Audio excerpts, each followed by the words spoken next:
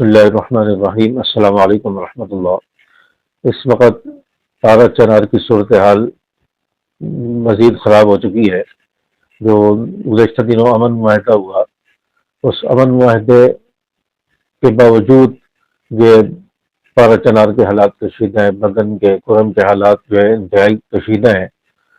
اور گزشتہ دنوں سرکاری جو قافلہ تھا اس پر حملہ ہوا اور اس میں کافی سارے لوگ اور پولیس کے جوان وہاں پر زخمی ہوئے، اور ڈی سی جو ہے وہ بھی زخمی ہوا۔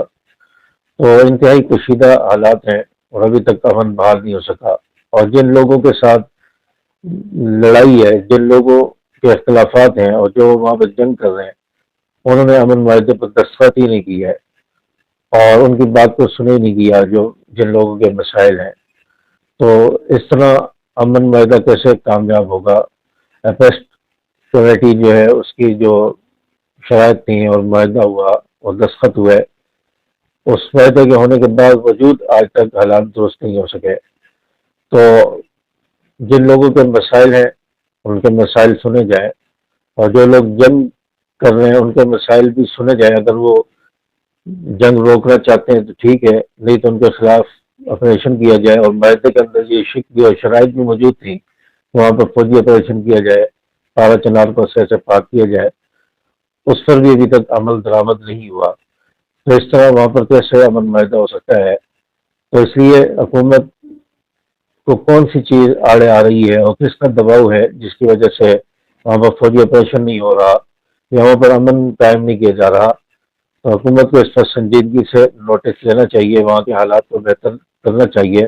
وہاں کے ایک عام انسان، ایک عام فرد وہ وہاں پر متاثر ہو رہا ہے، اس کی زندگی اجیرن بنا دی گئی ہے اور وہ مشکلات اور پریشانیوں سے گزر رہا ہے، ان کے ساتھ ظلم ہو رہا ہے۔